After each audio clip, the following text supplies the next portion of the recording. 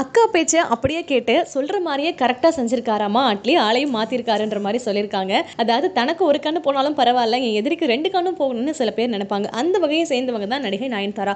த்ரிஷா வந்து அவங்களுக்கு சமகாலத்து போட்டியாளர் அப்படின்லாம் சொல்லிட முடியாது. நயன் வர்றதுக்கு முன்னாடி இருந்தே தமிழ்நாட்டுடைய ஒரு பெரிய கனவு கண்ணி அப்படின்னு சொன்னால் எல்லாருமே டக்குன்னு த்ரிஷா அப்படின்ற மாதிரி தான் சொல்லுவாங்க. த்ரிஷாவோட மார்க்கெட் அப்படின்றது அப்பப்போ கொஞ்சம் தடுமாறும், இருந்தாலுமே தன்னுடைய இடத்த ரொம்ப கெட்டியாக பிடிச்சிட்டு தான் இருக்காங்க அப்படின்னு சொல்லணும். நயன்தாராவோட வருகைக்கு அப்புறமா த்ரிஷாவால் நம்பர் 1 அப்படின்ற அந்த பிளேஸை வந்து கரெக்டாக தக்க வச்சுக்க முடியல அப்படின்ற மாதிரி தான் சொல்லணும். அடுத்தடுத்து நயன்தாரா என்ன பண்ணிட்டாங்கன்னா, முன்னணி ஹீரோக்களோட படங்கள் வந்து புக் ஆகிட்டே இருந்தாங்க. தமிழ் சினிமாவில் த்ரிஷாவுக்கு வேலையே இல்லை அப்படின்ற மாதிரி இருந்தது. கிட்டத்தட்ட 10 வருஷங்களுக்கு மேலே எந்த விதமான ஒரு பட வாய்ப்புமே இல்லாமல் அப்படியே முடங்கி தான் இருந்தாங்க. பொன்னியின் செல்வன் படத்துக்கு அப்புறமா த்ரிஷாவுடைய ரேஞ்ச் அப்படியே வேற லெவலுக்கு மாறிடுச்சு அப்படின்ற மாதிரி தான் சொல்லணும். அது மட்டும் இல்லாமல் நயன்தாராக்கு கல்யாணத்துக்கு அப்புறம் சினிமா வாய்ப்புகள் அப்படின்றது அதில் பாதாளத்துக்கு போயிடுச்சு அப்படின்ற மாதிரி தான் தெரிஞ்சிருக்கு.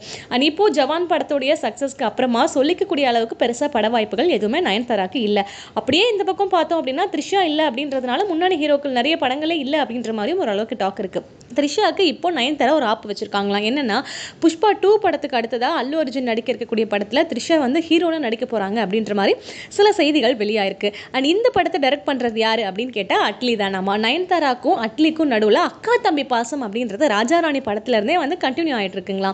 ஸோ பாலிவுட்க்கு போகும்போது அதனால தான் தன்னுடைய அக்காவையும் சேர்த்தே வந்து கூட்டிட்டு போயிட்டாரு அப்படின்ற மாதிரிலாம் சொன்னாங்க.